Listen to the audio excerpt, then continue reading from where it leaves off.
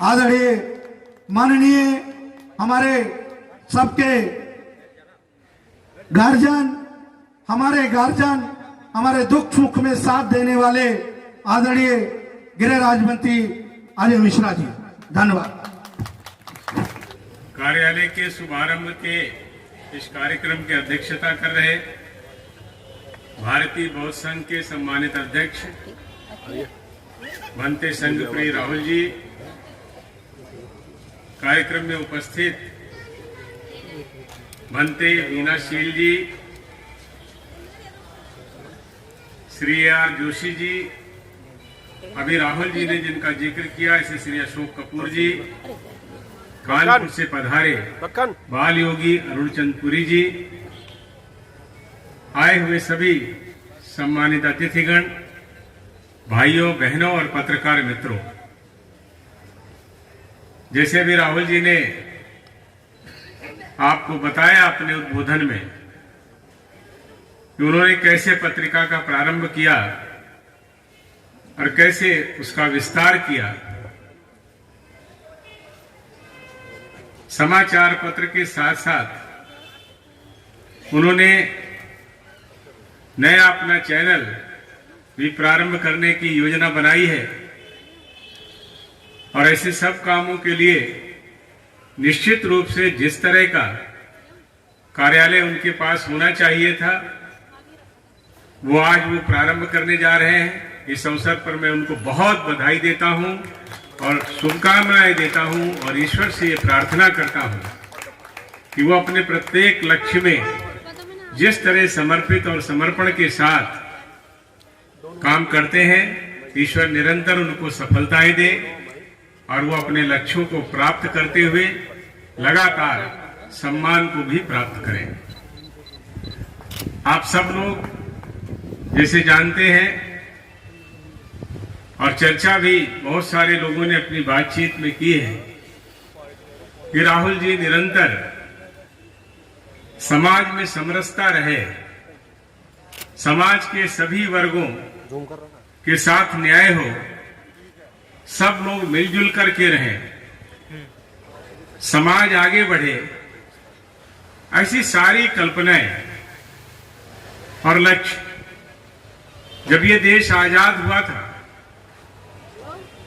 उस समय हमारे संविधान निर्माताओं ने की थी। डॉक्टर भीमराव अंबेडकर साहब ने संविधान का निर्माण करते हुए उसके अनुच्छेदों में, उसके आर्टिकल्स में ये देश कैसे आगे बढ़े, देश के सब लोगों को किस तरह से समान अवसर मिले, सबको अभिव्यक्ति की स्वतंत्रता हो, शिक्षा और अन्य जरूरतें उनकी पूरी हो, उस दृष्टि से उन्होंने बहुत सुंदर संविधान का निर्माण किया था। देश के लोगों का ये विश्वास था, उम्मीद थी कि देश संविधान के रास्ते पर चलेगा तो निश्चित रूप से लोगों के जीवन में सकारात्मक परिवर्तन आएंगे, लोगों का जीवन अच्छा होगा। लेकिन मैं आलोचना की दृष्टि से नहीं कह रहा, जो तथ्य है वो ये है कि उस दौरान आजादी के बाद जो सरकार इस देश में आई,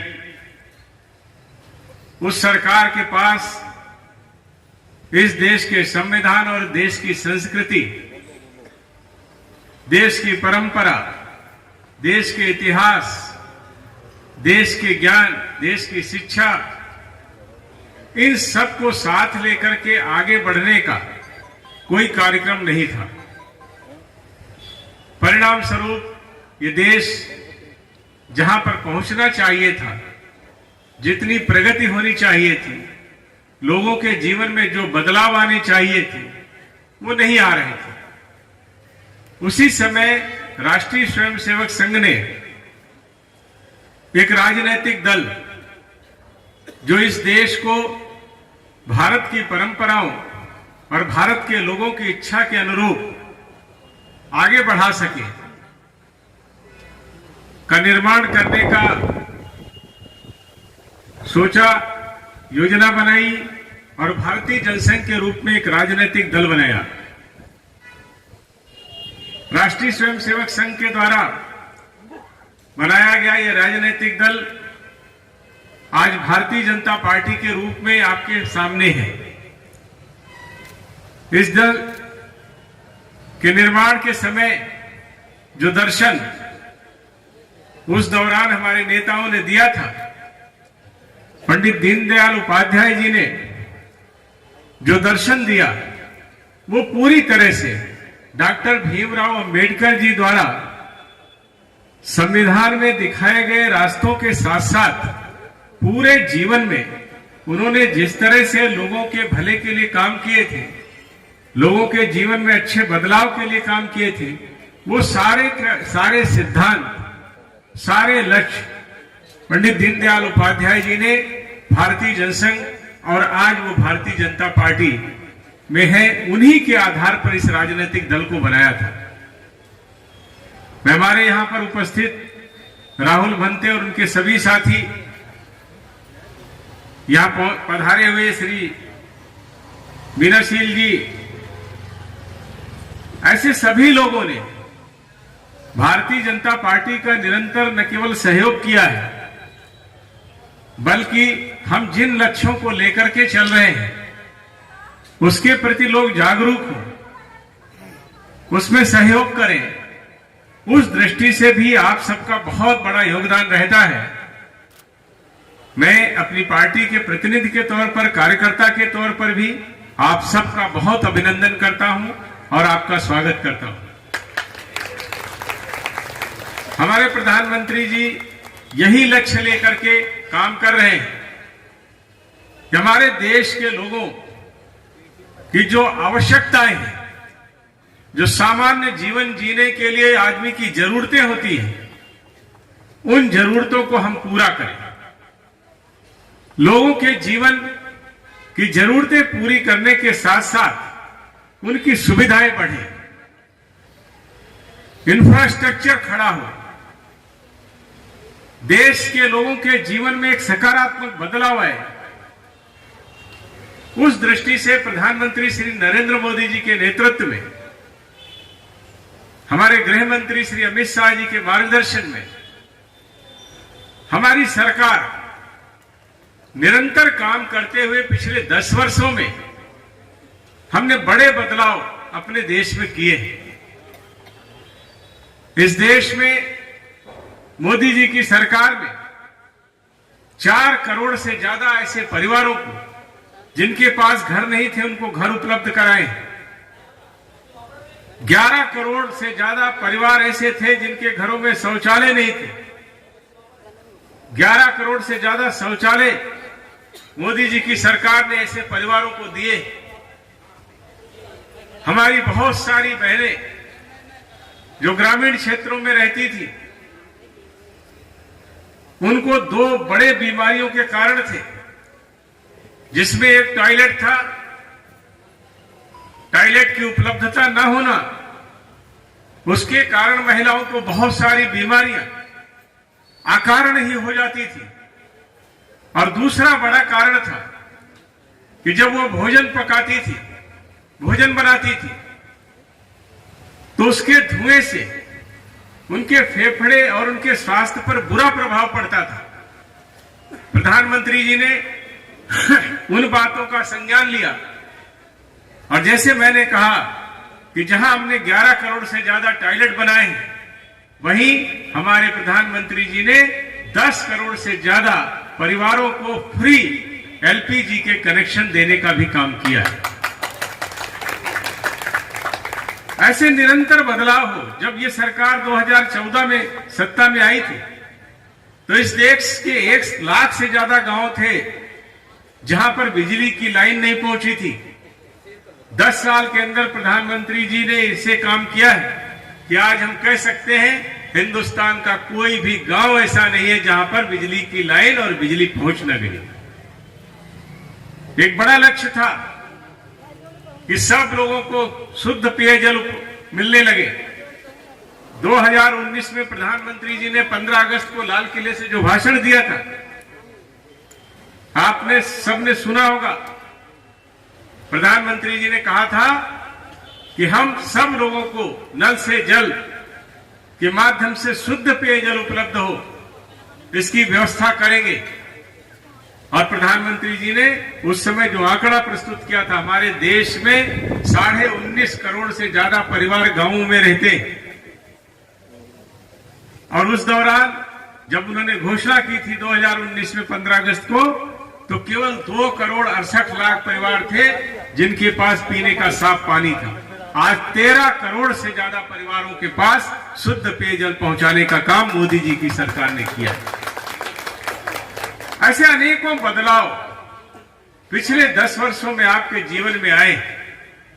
अच्छी रेलें आई हैं, अच्छी सड़कें आई हैं, एयरपोर्टों की संख्या बढ़ी है, मेडिकल कॉलेज बढ़े हैं, एम्स बढ़े हैं, शिक्षा और स्वास्थ्य में गुणवत्ता बढ़ी है।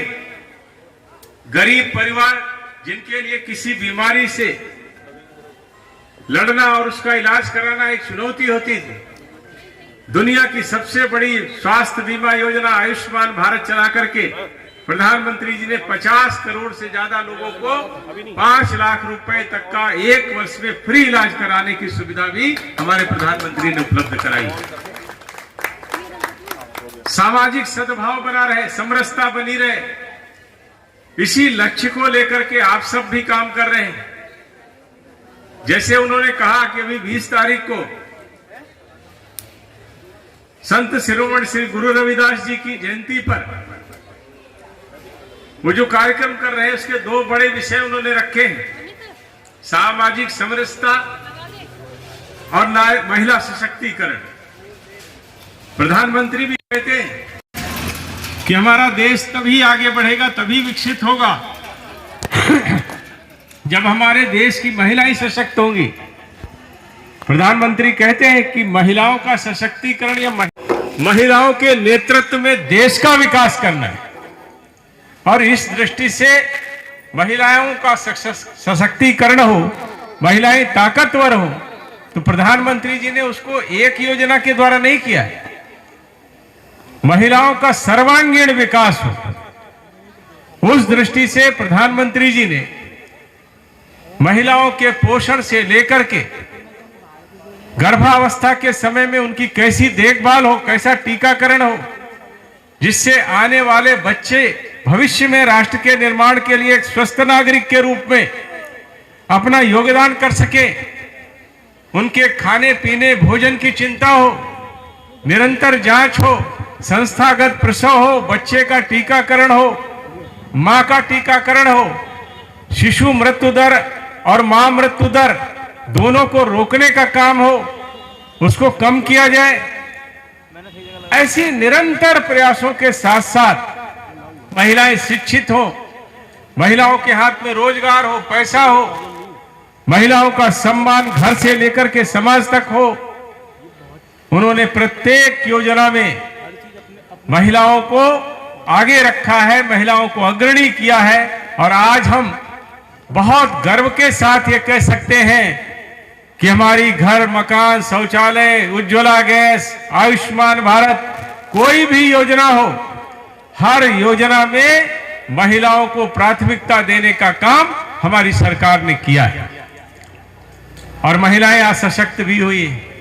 9 करोड़ से ज्यादा ऐसे स्वयं सहायता समूह के माध्यम से महिलाएं आज अपनी आमदनी, अपना रोजगार स्वयं कर रही हैं, और परिणाम स्वरूप आज महिलाएं आर्थिक रूप से भी ताकतवर हुई हैं। एक समय था जब महिलाओं ने बैंक का मुंह नहीं देखा था, ऐसी हमारे देश में 80% महिलाएं थी। जनधन के माध्यम से 50 करोड़ से ज्यादा जो अकाउंट बैंक में खोले गए, उसमें 80% अकाउंट केवल महिलाओं के। इस तरह से हमारी सरकार ने निरंतर एक बदलाव लाने का प्रयास किया है, समाज में बदलाव आया है, लोगों की सुविधाएं बढ़ी है, जरूरतें पूरी हुई हैं, सामाजिक समरसता बढ़ी है, और प्रत्येक वो क्षेत्र जो हमारे विकसित देश के लिए आवश्यक है, मोदी जी के नेतृत्व में, गृह मंत्री जी के नेतृत्व में ये सरकार लगातार काम कर रही है। आप सब जिस तरह से सहयोग कर रहे हैं, मैं इसी अपेक्षा के साथ कि आप सब इसी तरह का सहयोग भारतीय जनता पार्टी और हमारी सरकार के साथ करते रहेंगे। मैं पार्टी का भी कार्यकर्ता हूं, जनप्रतिनिधि भी हूं और सरकार का भी प्रतिनिधि हूं। आपको ये विश्वास और भरोसा दिलाता हूं, आप इसी तरह से हमारी सरकार, हमारी पार्टी और हमारे नेतृत्व के साथ खड़े रहिए। हमने जो विकसित भारत का संकल्प लिया है उसको हम पूरा करेंगे और ईमानदारी से आपके जीवन में लगातार सकारात्मक बदलाव आए, आपका जीवन अच्छा हो, समाज में समरसता हो, सभी वर्ग सशक्त हो, इस दृष्टि से हम निरंतर काम करेंगे। आप सब ने यहाँ बुलाकर सम्मान दिया, उसके लिए आपका आभार, बहुत बहुत धन्यवाद। 2024 में जब हमारी तीसरी बार सरकार बनेगी, भारत के प्रधानमंत्री तीसरी बार देश के सबसे बड़े सचिवालय में पहुंचेंगे आप लोगों को सहयोग से, तो 2025 में समरसता न्यूज के नाम से एक चैनल भी हम लोग लॉन्च करेंगे जो पूरे भारत में जाएगा ही। और हमने ये सब चलाने के लिए भाई साहब के ही आशीर्वाद मुझे मिलता रहता है। भाई साहब की देन है जो भारत सरकार में मैं मेंबर हूं। भाई साहब का हमेशा हमें सहयोग मिलता रहता है। हाल में भारतीय बौद्ध संघ 20 फरवरी को दिल्ली के ताल कटोरा स्टेडियम में एक बहुत बड़ा कार्यक्रम करने जा रहा है। दलित समाज, पिछड़े समाज और सारे समाज की एक सच्ची बड़ी संगमम हो। हमारी संत गुरु रविदास जी का जन्मदिन भी है 4 दिन बाद 24 तारीख को, और गुरु रविदास जी के बुलाने पर, मीरा जी के बुलाने पर संत गुरु रविदास जी चित्तौड़ गए थे, तो हम लोगों ने उसका नाम रखा है मीरा चली सतगुरु के धाम। उस कार्यक्रम का रखा है मीरा चली सतगुरु के धाम। कार्यक्रम के मुख्य मार्गदर्शक होंगे भारत के पूर्व राष्ट्रपति आदरणीय रामनाथ कोविंद जी, और कार्यक्रम के मुख्य अतिथि माननीय अजय मिश्रा जी होंगे जो आप लोगों के बीच में उपस्थित हैं। साथियों, आपको देखने को मिलेगा उस दिन सारे समाज के संतों, विभिन्न विभिन्न देशों से, करीब 20 देशों से बौद्ध भिक्षु और तमाम समाज के संत भी होंगे। भारत सरकार के तमाम केंद्रीय मंत्री होंगे। हमारे चारों संरक्षक वहां उपस्थित रहेंगे, माननीय अर्जुन मेघवाल जी, डॉक्टर सत्यनारायण जटिया जी, फग्गन सिंह कुलस्ते जी और आदेश गुप्ता जी। भारतीय बौद्ध संघ के ये चारों संरक्षक हैं। ये चारों संरक्षक वहां उस कार्यक्रम में उपस्थित होंगे। ये जानकारी मैं आपको देना चाहता हूं।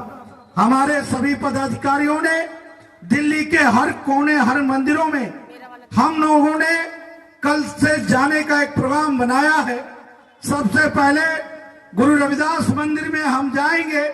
वहां के संत और वहां के चेयरमैन को शाम को हम लोग एक निमंत्रण भेंट करेंगे। इसी तरह से जितने बौद्ध विहार हैं, जितने रविदास मंदिर हैं, महर्षि वाल्मीकि मंदिर है, कबीर मंदिर है और जितने हमारे सनातन मंदिर हैं, सभी मंदिर उपस्थित होंगे। हमारे कार्यक्रम में संघ के बहुत सारे नेता भी उपस्थित होंगे। मैं ज्यादा ना बोल करके, माननीय मंत्री जी ने पार्लियामेंट छोड़कर आए हैं, अपनी कीमती समय निकाला है। मैंने आग्रह किया था, इसलिए माननीय एक बार जोरदार तालियों से स्वागत करेंगे।